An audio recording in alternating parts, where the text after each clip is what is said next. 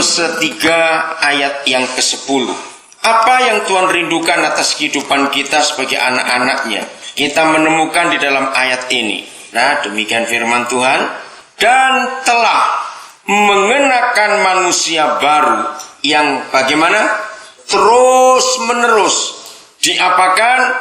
Diperbarui untuk memperoleh pengetahuan yang benar menurut gambar penciptanya, gambar Khaliknya. Saudara dikasihi Tuhan, saya percaya tidak ada seorang pun di antara kita yang merindukan atau senang tinggal di tempat ini. Tidak ada seorang pun. Tapi semua bisa terjadi karena kelemahan, kekurangan kita. Mungkin juga karena kesalahan orang lain sehingga kita ada di tempat ini.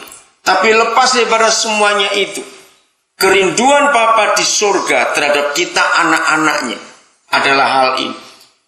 Kalau kita dulu manusia lama, lalu kita sekarang diselamatkan menjadi manusia baru, maka Bapa kita ingin apa yang Dia sudah kerjakan dalam kehidupan kita, yaitu dengan cara mengenakan manusia baru. Kata ini bagus sekali. Kalau ada manusia baru, berarti ada manusia lama. Nah, di dalam bahasa perjanjian baru yang dipakai itu bahasa Yunani. Itu ada kata metamorfose. Nah, satu-satunya binatang yang paling gampang kita pahami tentang metamorfose itu adalah ulat menjadi kupu-kupu. Aneh sekali binatang yang satu ini. Nah, kata itu yang dipakai oleh Alkitab, metamorfose.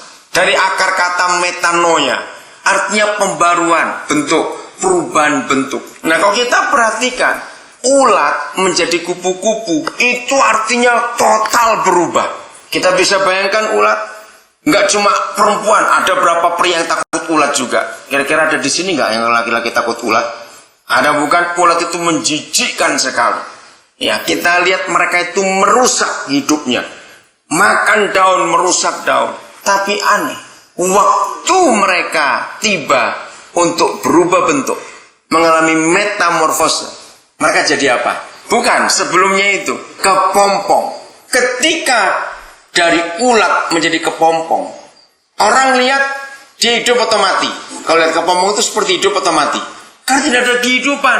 Dia diam saja di situ, membungkus dirinya. Izinkan saya mengatakan kalimat ini. Kalau setiap saudara ada di tempat ini menganggap saudara sedang jadi kepompong, ngerti kata itu? Kelihatannya lama, kelihatannya mati, tidak bergerak, tidak hidup apa-apa, tidak menghasilkan apa-apa. Apa yang kita bisa buat secara nyata dalam arti kepada masyarakat kalau kita masih dalam LP ini? Tapi percayalah, Bapa di surga sedang membuat sesuatu yang baru dalam hidup kita masing-masing. Seperti kepompong itu, dia diam, sepertinya mati kepompong itu, nggak ada kehidupan, karena cuma menggantung saja, dan bukan cuma merubah bentuknya. Kalau kita lihat ulat begitu menjijikkan, kakinya banyak, ada macam-macam jenis ulat, ada sesuatu revolusi besar dalam dirinya. Perhatikan kalau saya pakai kata revolusi ini, suatu sistem. Kalau itu bicara soal pemerintahan, negara direvolusi, artinya berubah total. Nah, kepompong itu sedang merevolusi dirinya sendiri. Dari seekor ulat yang merusak dan menjijikkan. Dari mana sayapnya itu ada? Waktu jadi ulat kita nggak lihat sayapnya, bukan? Tapi begitu jadi kepompong, total hidupnya berubah.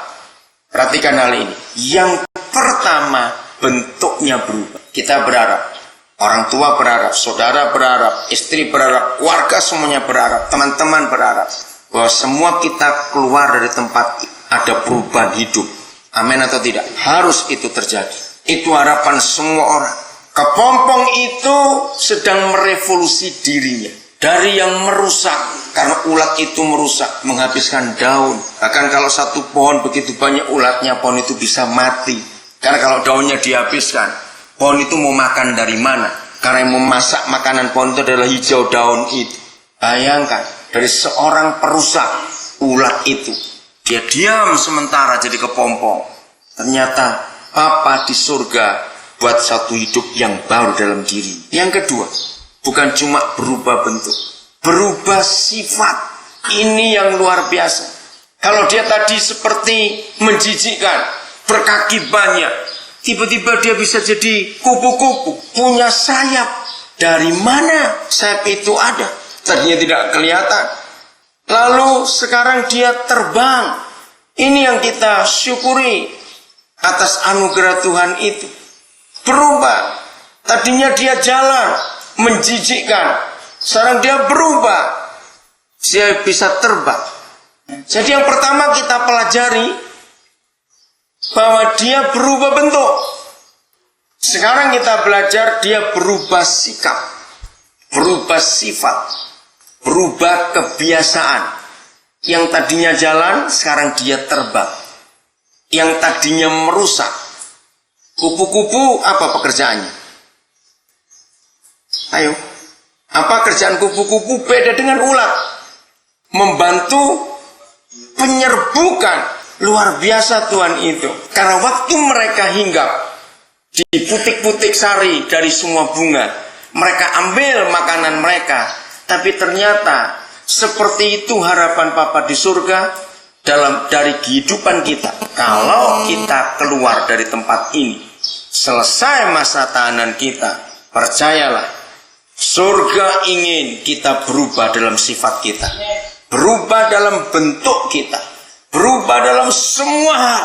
Yang ketiga perubahannya, cara makan.